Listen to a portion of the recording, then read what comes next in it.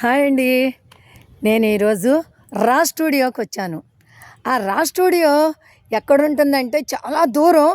అది కుషారాబాద్ దాటిన తర్వాత వస్తుంది.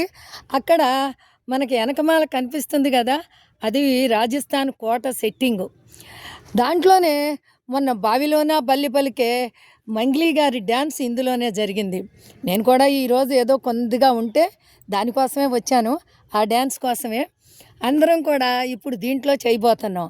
అలాగే ఇక్కడ అటు పక్కకు చూస్తే అక్కడ మీనాక్షి టెంపుల్ కనిపిస్తుంది. అది కూడా పెద్ద సెట్టింగు. అప్పుడు ఒక సినిమా కోసమని, మహేష్ బాబు సినిమా కోసమని చెప్పని ఆ సెట్టింగ్ వేశారని చెప్తున్నారు. ఇక్కడ అన్నీ పెద్ద పెద్ద సెట్టింగ్స్. ఆ సెట్టింగ్స్లోనే మరి అందరూ వచ్చేసి ఫోటోషూట్లు తీసుకుంటూ ఉంటారు. ఈ పక్కన ఇంకొక రా స్టూడియో అని చెప్పని లోపల అనేక రకాలైనటువంటి తీస్తూ ఉంటారు. ఈ గార్డెను ఇదంతా కూడా ఇంకా చాలా చాలా ఉన్నాయి అన్నమాట. వెనక్కి వెళితే అవన్నీ కూడా చాలా కనిపిస్తాయి. ఇది ఇక్కడ ఈ రా స్టూడియో, ఇది ఒక స్టూడియో అనమాట. ఇక్కడ కూడా కనిపిస్తూ ఉంటుంది రా స్టూడియో అని. ఇది కూడా దాంట్లో భాగమేనమాట.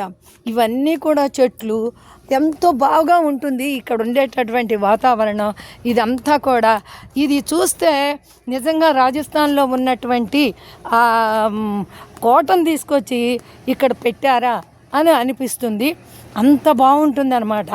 అందుకనే మన మంగ్లీ గారి డ్యాన్స్లో కూడా ఆ కోట అంతా కూడా మనకి చక్కగా కనిపిస్తుంది.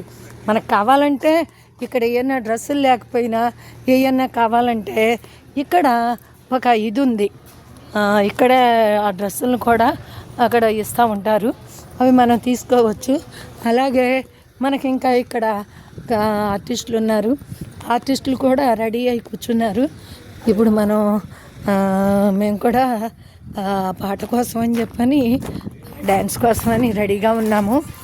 ఇక్కడ అలా రెడీగా ఉన్నటువంటి వాళ్ళే ఇదిగోండి ఈ పాప. హాయ్ చెప్పమ్మా. వాళ్ళందరూ కూడా డ్యాన్సర్స్, చక్కగా బాగా చేస్తారు. ఎలా ఉన్నారో చూడండి, మంచిగాను బాగా మేకప్ అయ్యి డ్రెస్అప్ అయ్యి ఉన్నారు. మరి వాళ్ళందరినీ చూశారు కదా. ఇవాళ దీనికోసమే మేము వచ్చాము. ఈ కోట కనిపిస్తుంది కదా, ఇంకా కోట కనిపిస్తూనే ఉంది కదా. ఇక మరి మీరందరూ చూస్తారని నేను ఈ వీడియోని పెడుతున్నాను.